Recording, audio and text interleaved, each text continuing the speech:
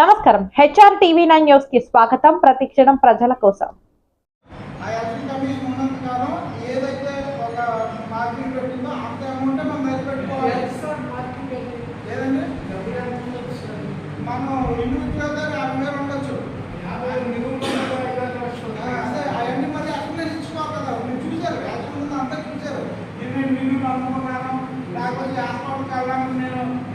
Bank నుంచి withdraw చేశాను అనేటటువంటి ఆధారం మీ దగ్గర ఉంటే పర్లేదు.